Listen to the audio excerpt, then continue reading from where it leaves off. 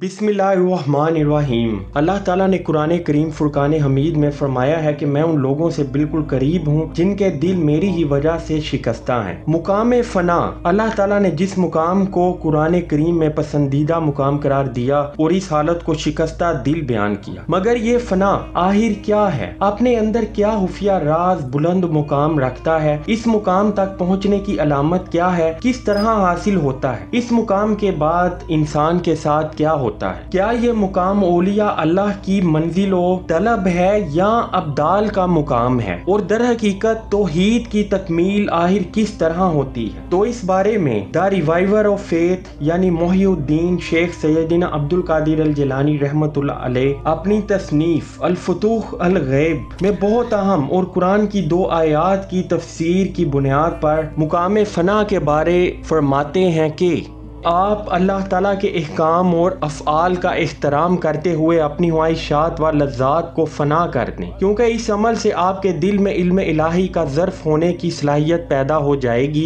अल्लाह के साथ ताल्लुक़ को मजबूत बनाने के लिए फासिक और गाफिल मखलूक से कता तल्लुक़ करना निहायत ज़रूरी है। और ख्वाहिशात से फना हो जाने की अलामत यह है कि नफ़ा व नुकसान, दफ़ा ज़रर व शर, असबाब दुनियावी और जदोजहद के तमाम मामलात में अपनी ज़ात पर भरोसा करने की बजाय उन अमूर को कुली तौर पर अल्लाह के सुपुर्द कर दिया जाए और काज़ी अल हाजात समझा जाए। अल्लाह ताला को मुख्तार कुल ना समझकर अपने नफ्स पर इत्माद कर लेना ही शिरक है। सिर्फ अल्लाह ताला ही ज़माने माजी में अपने हर बंदा के अमूर और मामूलात का कफील व जिम्मेदार रहा है। ज़माने हाल में भी वही कफील व जिम्मेदार है और मुस्तकबिल में भी वही रहेगा। और उसकी ये निगरानी व जिम्मेदारी उस वक्त भी थी जब बाप बतने मादर में थे और फिर माँ की आगोश में एक शेरवार बच्चे थे। और खुदा के इरादा की खातिर अपने इरादे से फना हो जाने की अलामत ये है कि आप किसी ख्वाहिश व मुराद का कसद ना करें, इसलिए कि इरादा खुदाबंदी सरासर खैर और बेहतरी पर मबनी है और उसमें आपका कसद, ख्वाहिश और कोशिश करना भी शिरक हो जाएगा। ख्वाहिशात नफसानी की नफी से अल्लाह ताला का फेल आप पर जारी रहेगा और अफ़ाल इलाही के नफाज होते वक्त आपके अज़ा साकिन व गैर मुतहर्रक होंगे। कल मुतमईन होगा, सीना फराह व कुशादा होगा, चेहरा रोशन व पुरनूर होगा और ताल्लुक़ बिल्लाह की रूहानी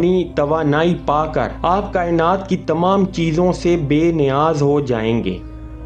आपकी अपनी हस्ती में अल्लाह ताला का हाथ आपको फिराएगा, जुबान कुदरत आपको पुकारेगी और हिदायत देगी। तजल्लियात इलाही आपको गायब और खुफिया अशियाए माहियत दिखाएंगी। हिल्लत नूरानी आपको लिबास मार्फत पहनाएगा। परवरदिगार आलम खुद आपको इल्म सिखाएगा और इस इल्म और इरफान की बरकत से आपको सल्फ़ो सालेहीन और बरगजीदा आरिफीन के मुकाम पर पहुँचाया जाएगा। फिर आप महलूक से बरगश्ता और किनारा कश रहेंगे। आप में जाती ख्वाहिश व इरादा बाकी ना रहेगा। आप बशरियत के रज़ाइल से पाक और साफ हो जाएंगे और आपका दिल तौहीद का शनासा होकर इरादा इलाही के सिवा किसी चीज को हरगिज कबूल ना करेगा। इस रुतबा पर पहुंचकर करामात, तसरुफात आपकी तरफ मंसूब किए जाएंगे। ये तसरुफात ज़ाहिरन फेल व हुक्म में तो आपसे मुशाहिदा किए जाएंगे, मगर हकीकत में वो खुदा के अफ़ाल व अहकाम होंगे। फिर आप उन शिकस्ता दिल औलिया अल्लाह के जुमरे में शामिल किए जाएंगे जिनकी ख्वाहिशात नफसानी और इरादा बशरी बिल्कुल फना हो गए और फिर असर नो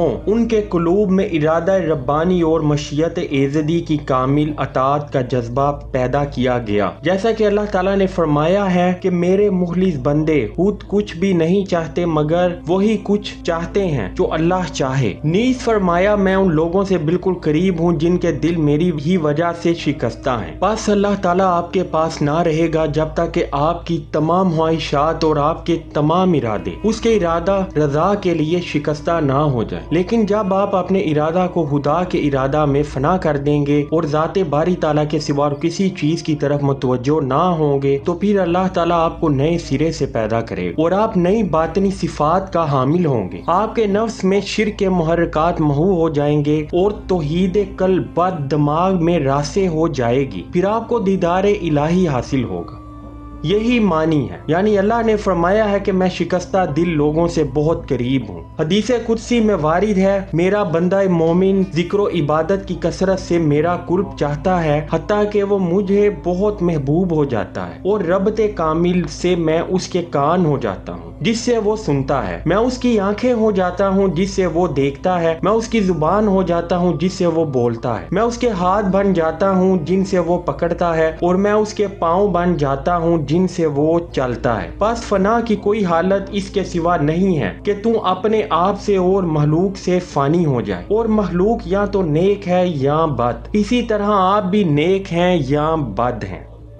بس جب آپ اپنی فطرت اور اضلاع صفات کو ضبط و محفوظ کرتے ہوئے مخلوق کے خلاف شریعت تاثرات کو قبول نہ کریں گے، اپنی توقعات کو ان سے وابستہ نہ کریں گے، اور اس کے شر سے خائف و ہراساں نہ ہوں گے، تو پھر آپ کے نفس میں اللہ ہی اللہ باقی رہ جائے گا جیسا کہ آپ کی پیدائش سے پہلے تھا۔ اس حقیقت کو نہ بھولیں کہ خیر و شر اللہ تعالیٰ ہی کے اختیار اور قدرت میں ہے، اور جب آپ خدا تعالیٰ پر یقین کامل رکھیں گے تو وہ آپ کو قضا و قدر کے شر سے بے خوف کر دے گا، اور خیر کی برکات آپ کے لیے بسیط ہو جائیں گی۔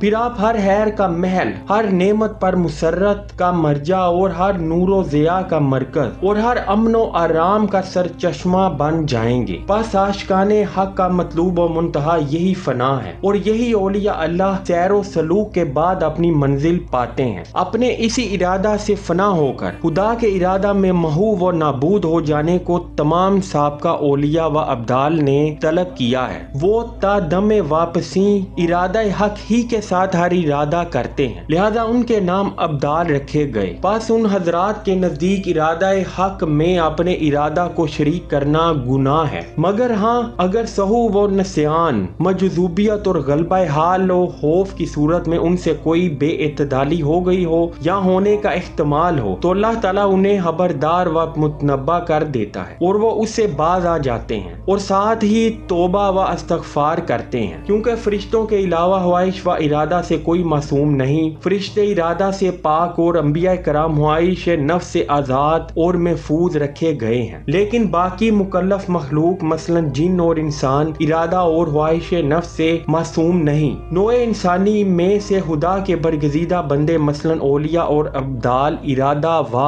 خواہش نفس سے محفوظ تو یقیناً ہے، لیکن ان سے ارادہ خواہش کی طرف کسی وقت مائل ہو جانا عین ممکن ہے۔ لیکن خدا پاک اپنی رحمت خاصہ سے بیداری میں انہیں وہ لغزش یعنی غلطی جتلا دیتا ہے، اور بر وقت تدارک کر کے تلافی افات کر لیتے ہیں۔ لیکن یہ یاد رکھیں کہ نفس امارہ کی خواہش سے انحراف ہی توحید کی تکمیل ہے۔